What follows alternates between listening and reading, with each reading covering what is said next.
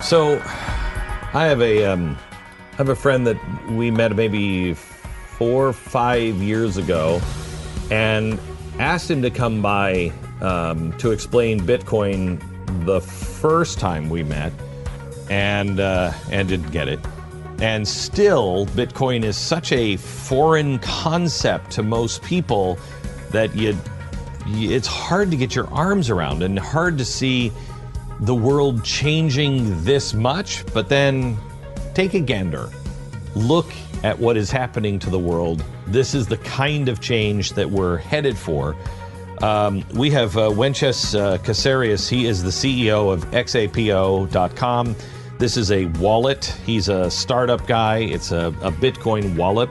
And full disclosure, the company that I use to buy and keep Bitcoin could be one of those things that, you know those people who are like, yeah, my grandfather bought something, stock in this thing called the telephone, and now you have an empire.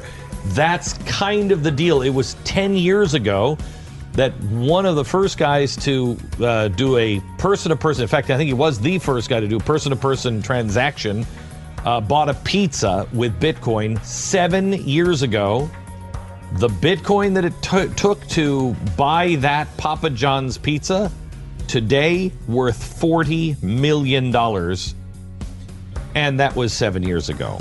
What is coming in the future? We begin there right now.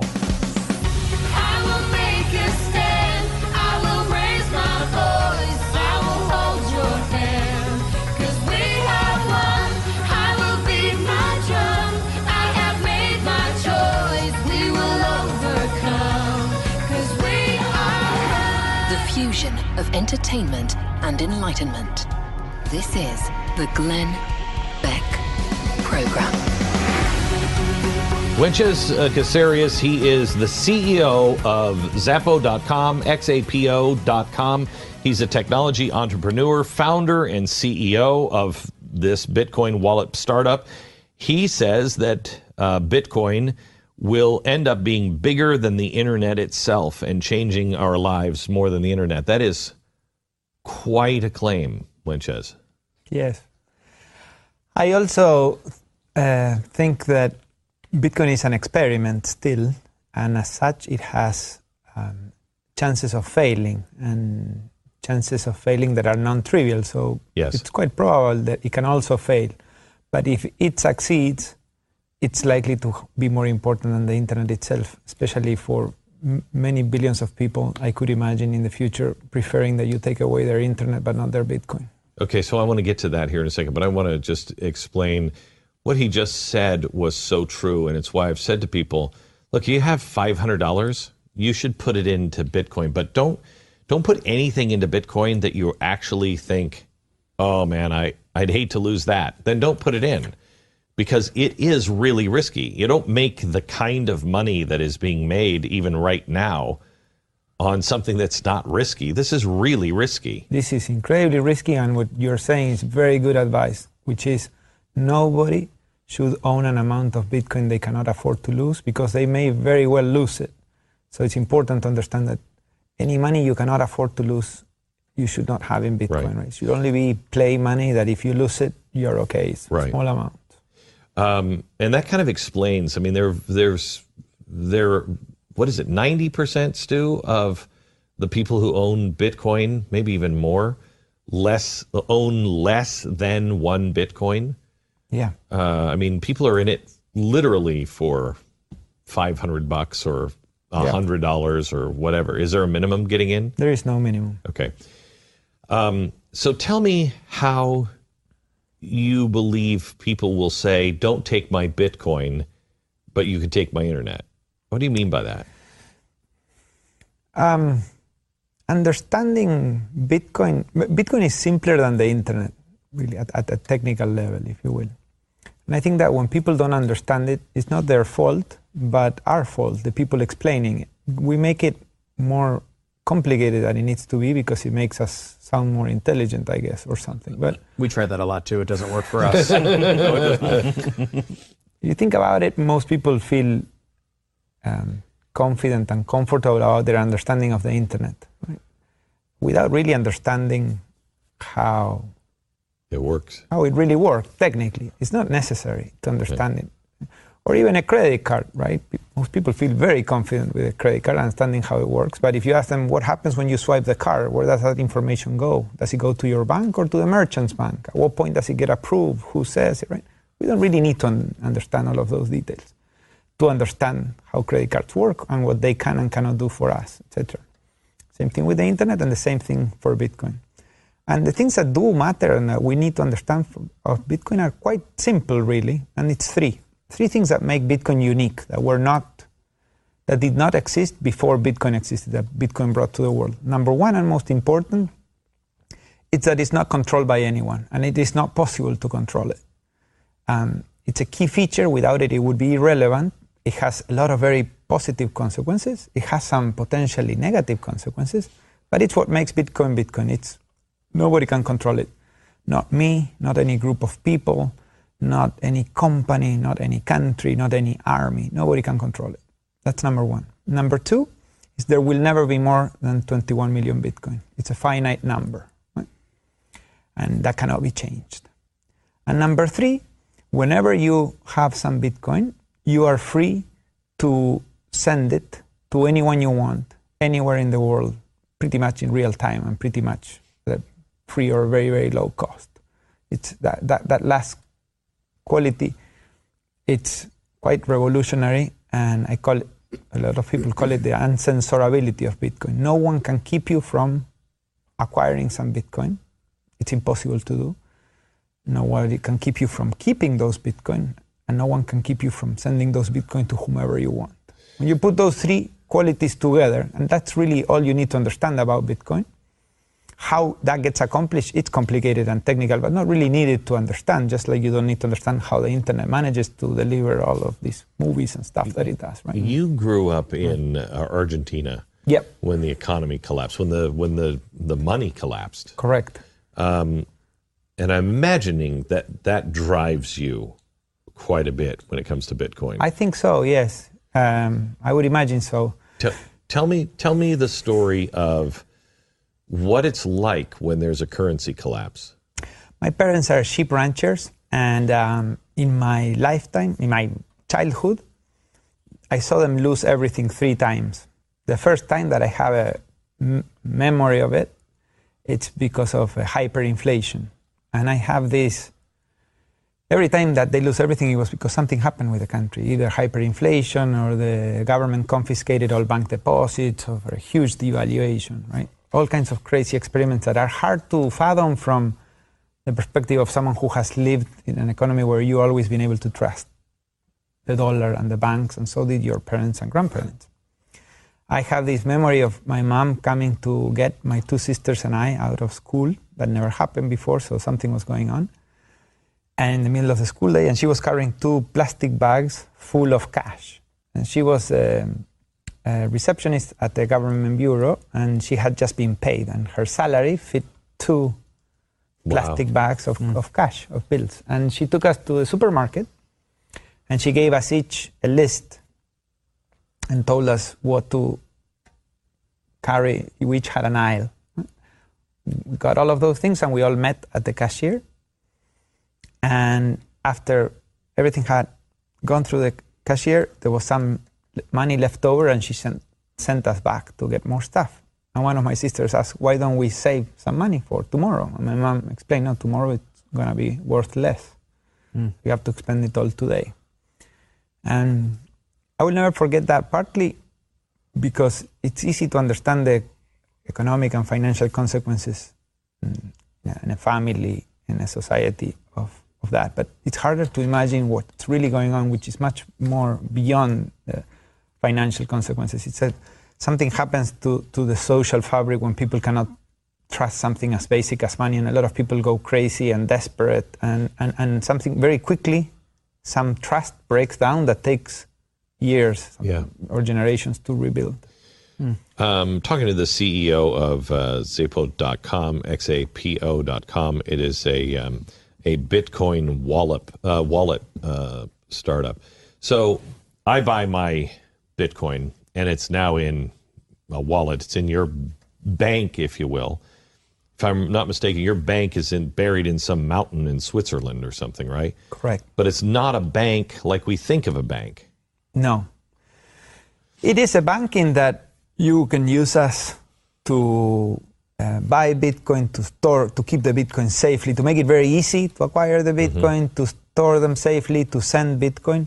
It is not like a bank in a more technical manner, in which today, when you go to a normal bank, they own your money and they owe it to you. So if you look at their balance sheet, they have an asset, that is the money you gave them, and a liability, that is what they owe to you. We are a purely custodian, so we do not own your Bitcoins. Your Bitcoins are only yours. And there's many reasons why we think that that's a lot safer. So we are the digital equivalent of a safety deposit box, right? And the safety deposit box is ours, but whatever is inside, it's yours. And if we were to disappear or go bankrupt, what can go away is the safety deposit box, but the contents have to go back to you. And what makes you think that, well, before we get there, tell me what happened with this fork in the road, because this caused some real panic with people, because they didn't know, they really didn't even understand the concept that Bitcoin, because it's becoming to be used more frequently. I believe Japan now is recognizing it as an official currency. And if I'm not mistaken, isn't Japan becoming a Bitcoin society? Yeah. Yeah. So, and because the transactions are happening so rapidly, there was talk about we have to have a faster way to process these. This is my understanding. Yeah. And there became this fork in the road between Bitcoin Cash and Bitcoin. I don't know the difference. What is the difference? Not really. Again, it's not really a very big deal. Basically, what happened, and Bitcoin is an open source software, so we all can see every single line is public. And the five of us could do another fork again if we wanted. Right? We just copy all the code, paste it, and run it ourselves or run it with another group of people. And it's up to the market to decide if they want to use ours or the other one. So this was always a possibility. Finally, someone did it for the first time. I think this will be a feature of Bitcoin going forward. We will see forks here and there. And there will always be one version of Bitcoin that is the most used, the one that has the longest history. And then there will be others that will be like cousins that were derived of Bitcoin, but will turn out to be different, right? Can you turn your Bitcoin into cash? Of course, into normal cash? Yeah. Of course, yeah. Yeah. It's like any currency. Yeah. And what is the percentage now of things that you can buy? I mean, there was a big push. We spoke 5 years ago. Let's get, people need to start, companies need to start taking Bitcoin as payment. What are the big companies doing to accept it? Are you seeing any big movement? There's about 100,000 merchants online that accept Bitcoin. It's my opinion that Bitcoin has been around for less than 9 years, and it will take another decade or two for it to get established. I think that the age of Bitcoin becoming a way to pay at a merchant is quite far away. I think that the era we're looking at is about something very different.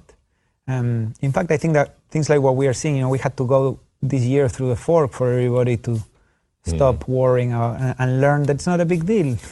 Forks are something we can live with. It doesn't really hurt anyone. But until it happened, a lot of people were freaking out about it, right?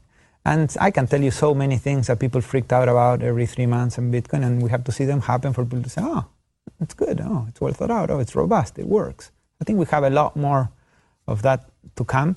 Right now, I think Bitcoin is in this first stage establishing itself more as a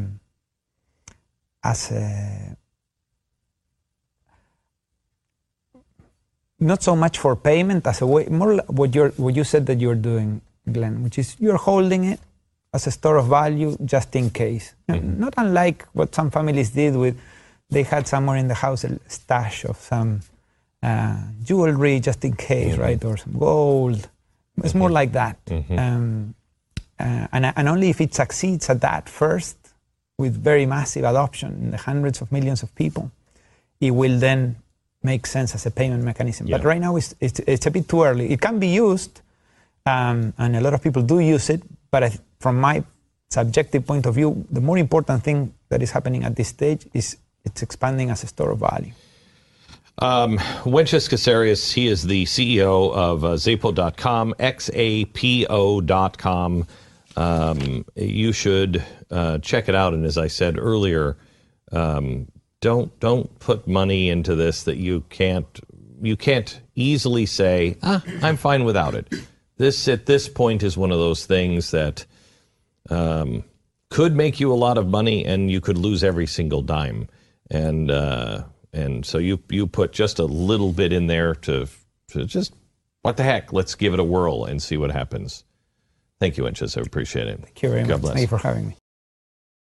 You're listening to the Glenn Beck Program. We're going to have That's fascinating. The CEO of Xapo stay with us for a second, because we were just talking in the break. There is a real downside, a risk to this, but the world completely changes if it works. And you were just saying that there's about a 20% chance you lose all the money, right? I would say at least a 20% chance you lose all the money. Okay.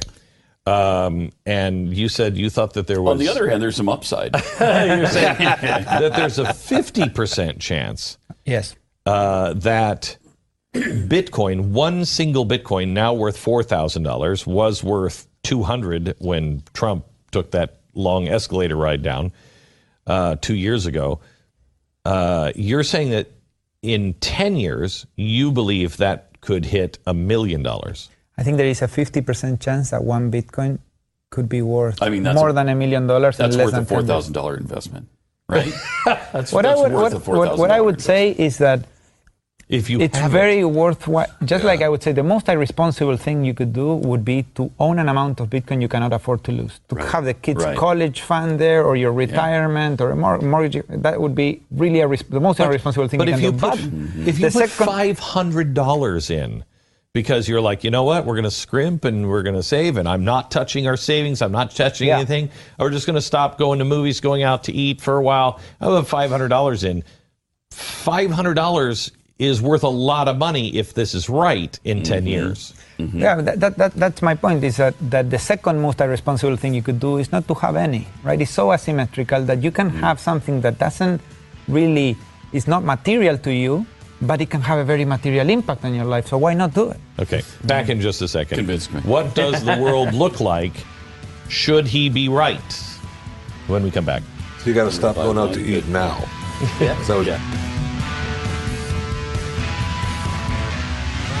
This is the Glenn Beck Program. Mercury. This is the Glenn Beck Program.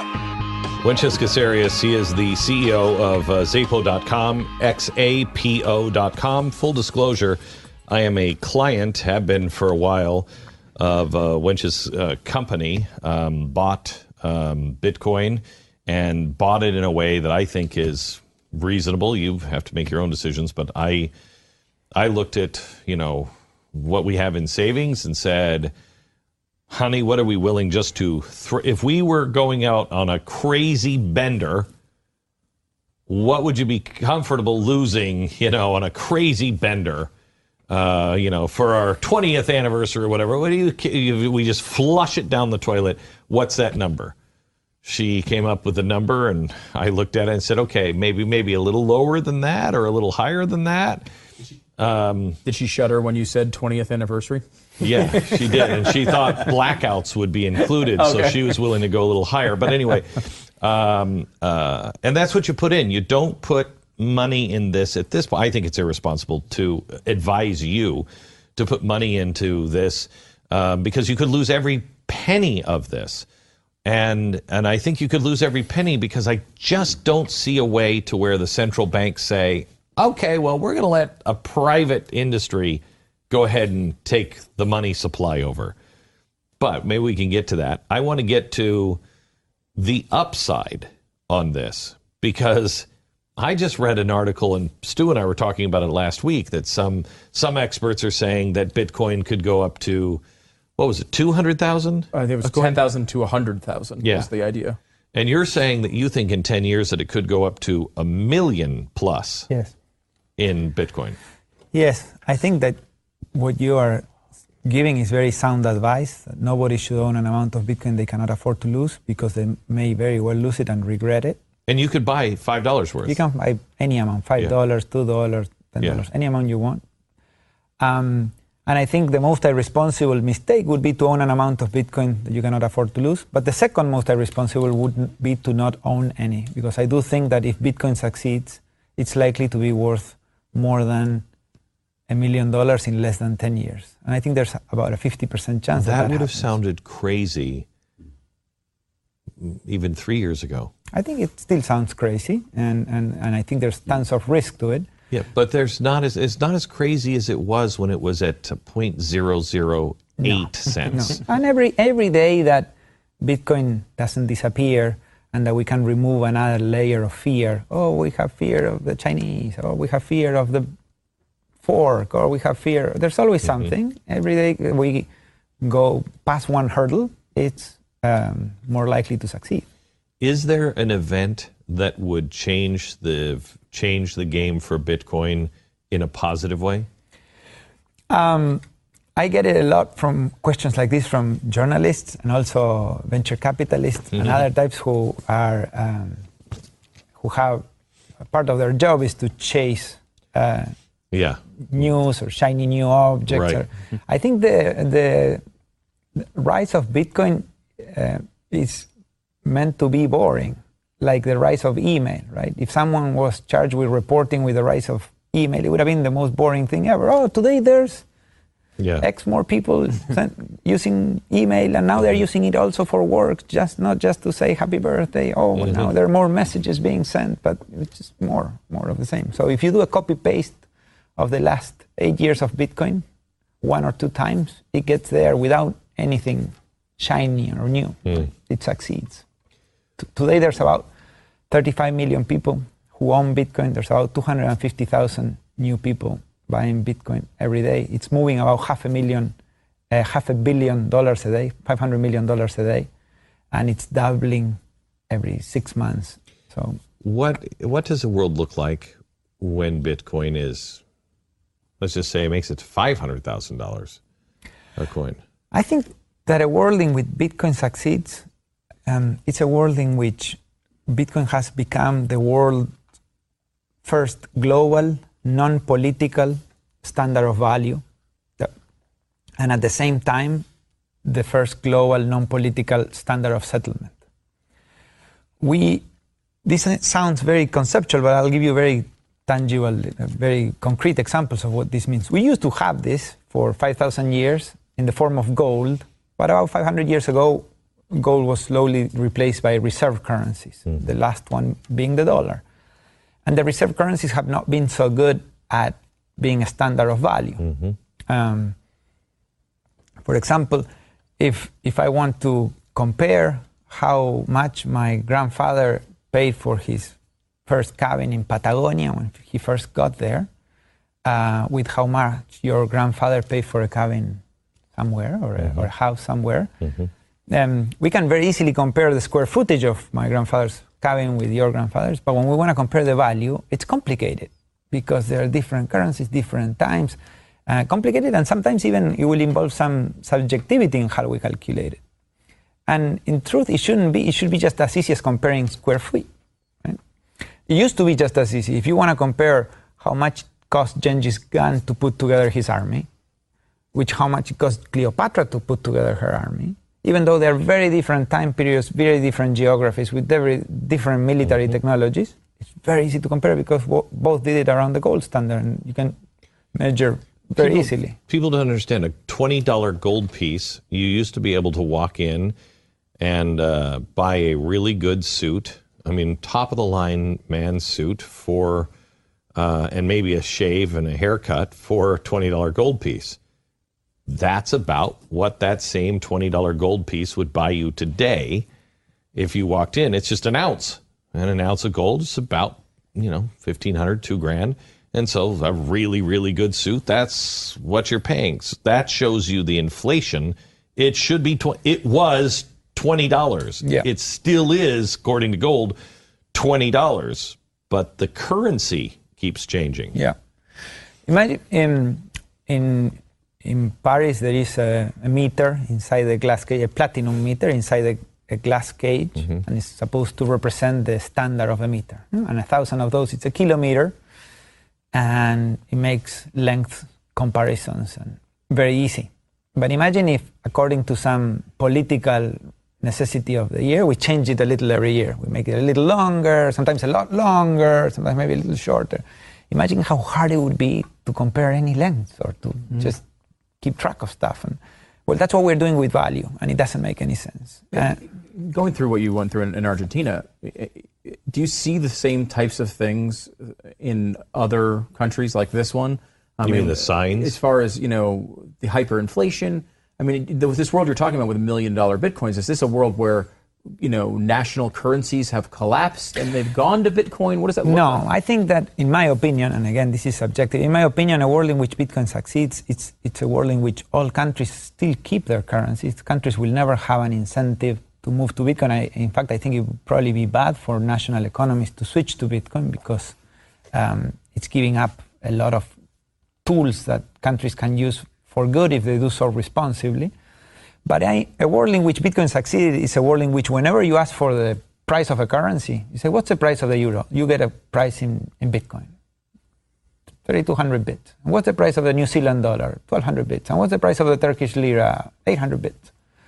And when your grandkids ask you, why was it different when you were growing up? How did you ask for the price of a currency? And you'll say, well, when you ask for the price of the euro, we said it in dollars. And when you ask for the price of the dollar, we said it in euro or yen. It's like, wow, that's weird. You did it in terms of analysis, like asking for the price of oil and have it in terms of copper. And yeah, well, that's how we did it, right? A world in which Bitcoin succeeds, that goes away. And whenever you ask for the price of a currency, all the currencies exist, but they are priced in terms of Bitcoin, which is the first global, non-political standard of value. When you ask for the price of a commodity, whether it's copper or oil or something else, you get a price in Bitcoin. When someone from Kenya is transacting with someone from China, then you use the Kenyan shilling or the Chinese yuan, right?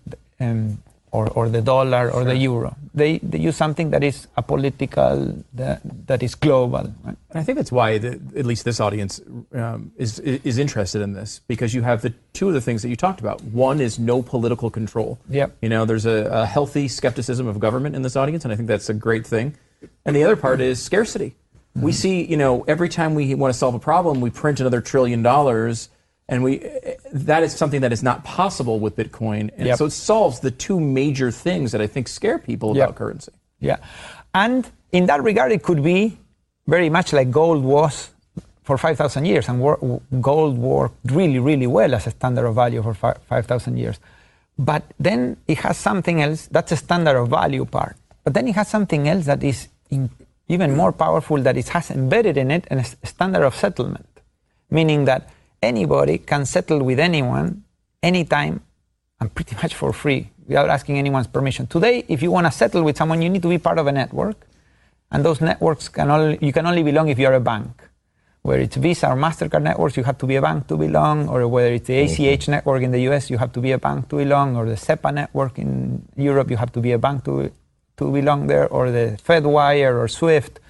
And that adds cost, risk, time, restrictions. This is a settlement network that anybody can participate. It's open 24/7. So imagine that Russia is at war with China. During that war, anybody from Russia can settle with anyone from China on a Sunday at 2 a.m. without asking anyone's permission. So that makes the standard of value even more powerful, because you can settle, right, at any given time with anyone. Talking to Wences Casares, he is the CEO of Xapo.com, Xapo.com. It's a Bitcoin wallet. That's where you can buy your Bitcoin and store your Bitcoin and do transactions with Bitcoin. You lived through Argentina and hyperinflation, the destruction of money then. People are living in denial here in America. I mean, I talk to really smart people, and I say, the stock market makes no sense. That is the beginning of hyperinflation. That is, all these big people and companies have all these great reserves. They're pouring it into the market. That's what's driving it up. It's not real. And they are in full denial that we are seeing the beginnings of inflation. It's just where the dollars are. The average person doesn't have the dollar. The big banks and corporations, they have access to the dollar and they're making lots of money on it. But it's not real. Do you see the world that way? I cannot help but seeing it that way because of the way I grew up in Argentina. I do think that we are doing something from the monetary point of view that it's new. It's an experiment. And I understand people who are much more intelligent than I am and more educated who explain to me why this experiment makes sense and why it can work well, right? It's an experiment where we never in the history of civilization how we printed this amount of money. The way the US is printing, the way Europe, the way Japan is printing, pretty much everybody. We never had this kind of printing of debt. We've never before had this negative yielding debt. All of that is an experiment, a financial experiment of a scale never seen before. And very intelligent people who have studied a lot more than I have these subjects tell us that there are reasons why it makes sense and it may end up well. Having grown up in Argentina, I just cannot, it goes against sort of my DNA and it makes me very, very nervous. And that's why I think that's why I do think that it makes sense to have something that is completely apolitical, a standard of value with whom nobody can mess with politically or even militarily, etc. That we can all trust as much as we trusted the dollar or we trusted gold before that. The CEO of Xapo, Xapo.com, talking about Bitcoin. Thank you, sir. Appreciate it. Thank you for having me, Glenn. You bet.